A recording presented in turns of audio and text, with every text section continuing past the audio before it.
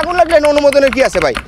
এমনি দেওয়া যায়। যখনই গাড়িগুলো আসছে সিভিল এভিয়েশনের অনুমতি লাগছে, অনুমতি লাগার পরে তো একটু লেট হয়েছে। সত্যি কি হযরত শাহজালাল আন্তর্জাতিক বিমানবন্দরে ভয়াবহ অগ্নিকাণ্ডের দিন আটকে দেয়া হয়েছিল ফায়ার সার্ভিসের গাড়ি? অগ্নিকাণ্ডের খবর শুনেও কি নীরব নিষ্ক্রিয় ছিল বিমানবন্দরের নিরাপত্তা ও অপারেশনাল কার্যক্রম পরিচালনার দায়িত্বে থাকা বাংলাদেশ বিমান বাহিনী? অগ্নিকাণ্ডের ঠিক কতক্ষণ পর অগ্নি নির্বাপনে তৎপরতা শুরু করেছিল বেসামরিক বিমান চলাচল কর্তৃপক্ষ?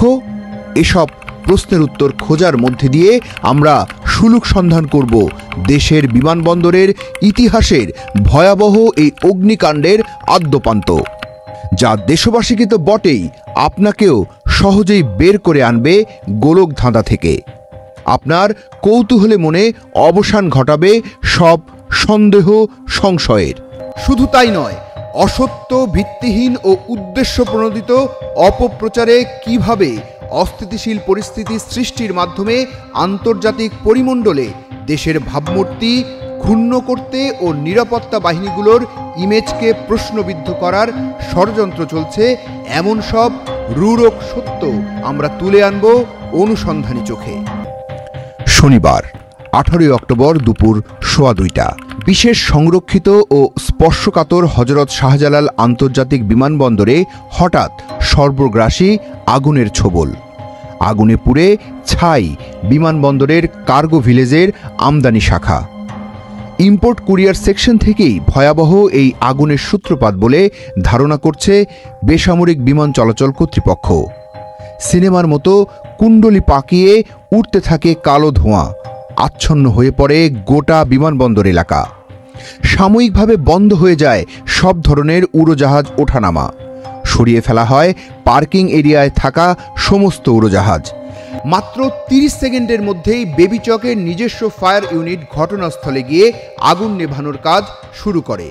সঙ্গে সঙ্গে পরিস্থিতি নিয়ন্ত্রণে যোগ দেয় বাংলাদেশ বিমান বাহিনী, ফায়ার সার্ভিস ও সিভিল ডিফেন্স অধিদপ্তর এবং বাংলাদেশ নৌবাহিনীর ফায়ার ফাইটিং ইউনিটগুলো। আগুনের সঙ্গে বাতাস থাকায় পরিস্থিতি হয়ে ওঠে আরও ভয়াবহ। প্রায় 40টির উপর ফায়ার ফাইটিং দল প্রায় 26 ঘন্টা নিরন্তর লড়াইয়ের পর নিয়ন্ত্রণে আসে কার্গো ভিলেজ কমপ্লেক্স ভবনের আগুন। শাহজালাল আন্তর্জাতিক বিমানবন্দরের কার্গো ভিলেজে গত শনিবার 18 অক্টোবর দুপুর 2:15 দিকে প্রথম ধোঁয়া উঠতে দেখেন বিমানবন্দরের এয়ার সাইডের কার্গো গেট সিতে দায়িত্বরত এফসেকের একজন আনসার সদস্য।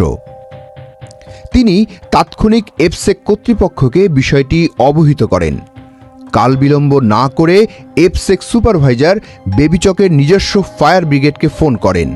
আসুন আমরা তার মুখ থেকেই শুনে আসি কিভাবে অগ্নিকাণ্ডের দিন এফসেক তাৎক্ষণিক সংশ্লিষ্ট সকলকে বার্তা পৌঁছে দেয়।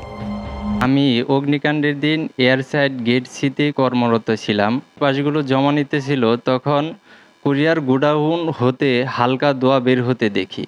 হালকা ধোঁয়া বের হওয়ার দেখে আমি দৌড়ে 8 নং গেটে যাই, ডিউটি সুপারভাইজারকে জানাই এবং সার্জেন্ট হাবিব স্যার সাথে সাথে বাহির হয়ে কন্ট্রোল রুম এবং সিভিল এভিয়েশনের ফায়ার সার্ভিসকে জানানোর সাথে সাথে ফায়ার সার্ভিসের গাড়িগুলো চলে আসে এবং গাড়ি আগুন নিভানোর কাজ করে। তার বেশ কিছুক্ষণ পরেই বিমান বাহিনীর আরও একটি ফায়ার সার্ভিস আসে এবং তারাও আগুন নিভানোর জন্য ঝাঁপিয়ে পড়ে। এত কিছুর পরও বেবিচক, বিমান বাহিনী ও এফসেককে ঘিরে নানান কেচ্ছা ও গুজব বটিকায় সয়লাভ সোশ্যাল মিডিয়া।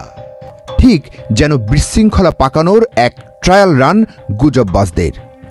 মূলত বিমানবন্দরে বিমান বাহিনীর উপস্থিতি যাদের অনৈতিক ও অবৈধ স্বার্থ হাসিলে বাধা হয়ে দাঁড়িয়েছে, তারাই একে অপরের সঙ্গে হাত মিলিয়েছেন। রটাচ্ছে কুৎসা গুজব। বিমানবন্দরটির ভেতর থেকে বিতাড়িত এই চক্রটি দেশের স্বার্থ ও মর্যাদার পরিপন্থী পথে হাঁটছে। বিভিন্ন মাধ্যমে প্রচার করছে সেদিনের অগ্নিকাণ্ডে অনুমতির অজুহাতে আটকে রাখা হয় ফায়ার সার্ভিসকে। বেবিচক, বিমান বাহিনী আর এফসেককে কাঠগড়ায় দাঁড় করিয়ে গুজবে বিতর্কে ঘায়েল করে বিমানবন্দরটিকে নিজেদের কবজায় নিতে মরিয়া ওই বিশেষ মহলটি। ফলত বিমান বাহিনীকে নিয়ে জনমনে বিভ্রান্তি ছড়িয়ে প্রশ্নবিদ্ধ করার চক্রান্ত এখন মোটা দাগে পরিষ্কার হয়ে উঠেছে। হযরত শাহজালাল আন্তর্জাতিক বিমানবন্দরে সাম্প্রতিক ভয়াবহ অগ্নিকাণ্ডকে ঘিরে কল্পকাহিনী রটনার মাত্রা বাড়ছে। এই ঘটনায় বাংলাদেশ বিমান বাহিনী, এফসেক ও বেবিচককে গুজবে বিতর্কে ঘায়েল করতে উঠে পড়ে লেগেছে একটি বিশেষ মহল। বেবিচক ও বিমান বাহিনীর সমন্বিত পদক্ষেপের ফলেই এখানকার যাত্রী সেবার মান আজ দেশে বিদেশে প্রশংসিত। গত 18 অক্টোবর শাহজালাল আন্তর্জাতিক বিমানবন্দরের অগ্নিকাণ্ডের দিনটিকে প্রত্যক্ষদর্শীর বয়ান থেকে শুরু করে গণমাধ্যম কিংবা সোশ্যাল মিডিয়ায় ভাইরাল হয়েছে জীবন বাজি রেখে বিমান বাহিনী, নৌবাহিনী, বেবিচক, এফসেক, ফায়ার সার্ভিস সহ বিভিন্ন বাহিনী ও সংস্থার অগ্নিকাণ্ড নির্বাপনে সম্মিলিত প্রয়াসের অসংখ্য ভিডিও। এ নিয়ে অবশ্য সেই সুযোগ সন্ধানী মহল মুখে কুলুপ এঁটে বসে আছে। অগ্নিকাণ্ডের প্রথম দিন মুখে ফেনা তুলে ফায়দা হাসিলের অপতৎপরতা চালালেও দিন গড়াতেই তাদের ঘৃণ সব চেষ্টা ব্যর্থ। সবাই দেখেছে অগ্নিকাণ্ডের মুহূর্তে বাংলাদেশ সেনাবাহিনী, বিজিপি, এপিবিএন, র্যাব ও পুলিশ বিমানবন্দরের বাইরের সড়কে নিরাপত্তা ব্যবস্থা জোরদার করার পাশাপাশি ট্রাফিক ব্যবস্থায়ও শৃঙ্খলা নিয়ে আসে। বিমানবন্দরের ভেতরে থাকা যাত্রীদের নিরাপদে রাখতে কার্যকর ভূমিকাও পালন করে এফসেক, বেবিচক ও বিমান বাহিনীর সদস্যরা। অগ্নিকাণ্ডের খবর পেয়েই বেবিচক চেয়ারম্যান থেকে শুরু করে ঊর্ধ্বতন কর্মকর্তারা ঘটনাস্থলে আসেন। Airport duty security officer, DSO, Bengal fire, Uttara fire, Tongi fire ও কুর্মিটোলা ফায়ার স্টেশনকে অবহিত করেন।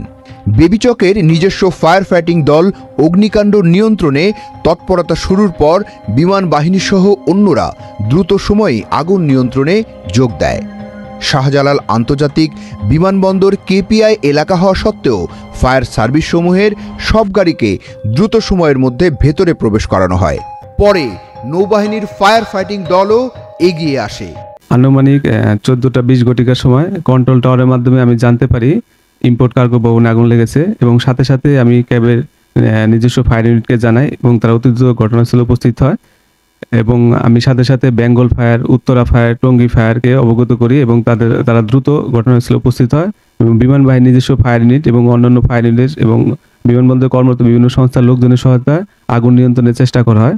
আমাদের এফসেক ডিরেক্টর স্যার নির্দেশনা দেন 8 নম্বর গেট এবং 9 নম্বর গেট দিয়ে যাতে ফায়ার সার্ভিসের গাড়িগুলি বিনা বাধায় সরাসরি প্রবেশ করতে পারে সেজন্য প্রয়োজনীয় নির্দেশনা দেওয়া হয় এবং আমাদের ঊর্ধ্বতন স্যারদের অবগত করা হয় এবং তারা যথাসময়ে ঘটনাস্থলে উপস্থিত হয়ে আগুন নিয়ন্ত্রণের সর্বাত্মক চেষ্টা করেন। সবার সম্মিলিত প্রচেষ্টায় আগুন নিয়ন্ত্রণ আনা সম্ভব হয়। অগ্নিকাণ্ডের পরপরই ঘটনাস্থল পরিদর্শনে আসেন বেসামরিক বিমান পরিবহন ও পর্যটন মন্ত্রণালয়ের উপদেষ্টা শেখ বশির উদ্দিন। উপদেষ্টার সরাসরি নির্দেশনায় বেসামরিক বিমান চলাচল কর্তৃপক্ষের chairman air vice marshal Mohammad Mostafa Mahmud Siddique বাড়তি নজর দেন আগুন যেন কোনো অবস্থাতেই বিমানবন্দরের উত্তর পাশের বিমানের মেইনটেনেন্সের হ্যাঙ্গার ও দক্ষিণ পাশে মূল টার্মিনাল ভবনে ছড়াতে না পারে।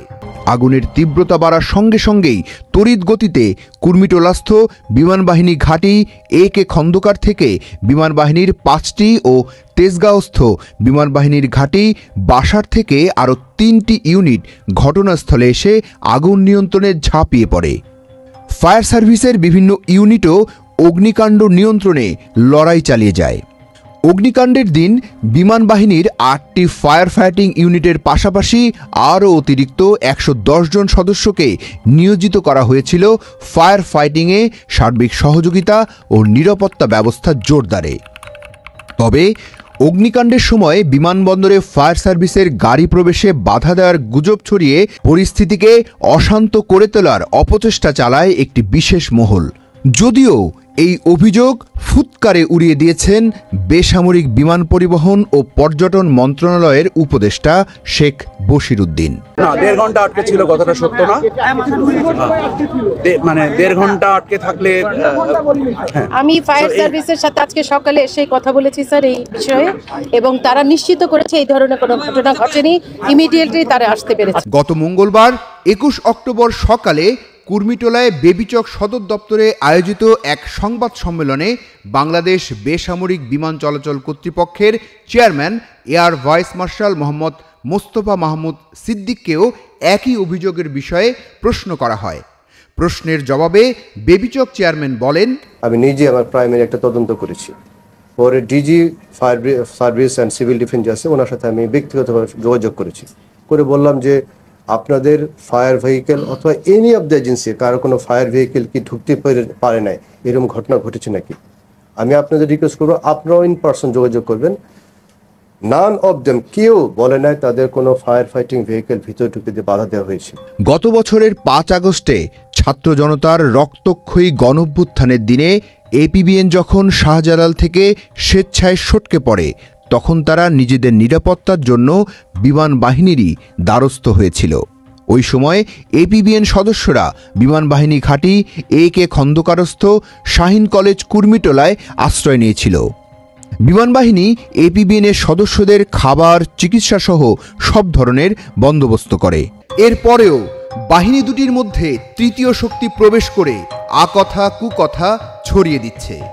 নিজস্ব ন্যারেটিভ দাঁড় করিয়ে দোষারোপের নোংরা মহোৎসব অব্যাহত রেখেছে। আমরা আগেই বলেছিলাম, আপনার কৌতূহলে মনের সব প্রশ্নের উত্তর খুঁজব আমরা, স্বরূপ সন্ধান করব ভয়াবহ এই অগ্নিকাণ্ডের। কিন্তু আমাদের মনে রাখতে হবে, পছন্দ না হলেই পুরনো দোষারোপের সংস্কৃতি মোটেও কাম্য নয়। উদ্বেগের বিষয় হচ্ছে, উদ্দেশ্যমূলক অপপ্রচারের মূল লক্ষ্যবস্তু করা হচ্ছে দেশপ্রেমিক বাংলাদেশ বিমান বাহিনীকে। বিমান বাহিনী দেশের স্বার্থে সবকিছুই সহ্য করছে, ধীরস্থিরভাবেই সকল ষড়যন্ত্র মোকাবেলা করছে। সেদিন বিমানবন্দরের সাধারণ কোনো শর্ট সার্কিট থেকেই কি আগুনের সূত্রপাত, নাকি এটি পরিকল্পিত নাশকতা, এসব বিষয় খতিয়ে দেখতেই 4 দেশের বিশেষজ্ঞ টিম ঢাকায় আসতে শুরু করেছে। প্রকৃত রহস্য উন্মোচিত না হওয়া পর্যন্ত আমাদের ধৈর্য ও সংযম প্রদর্শন করতে হবে। তদন্তের আগেই বন্ধ করতে হবে সোশ্যাল মিডিয়া ট্রায়াল।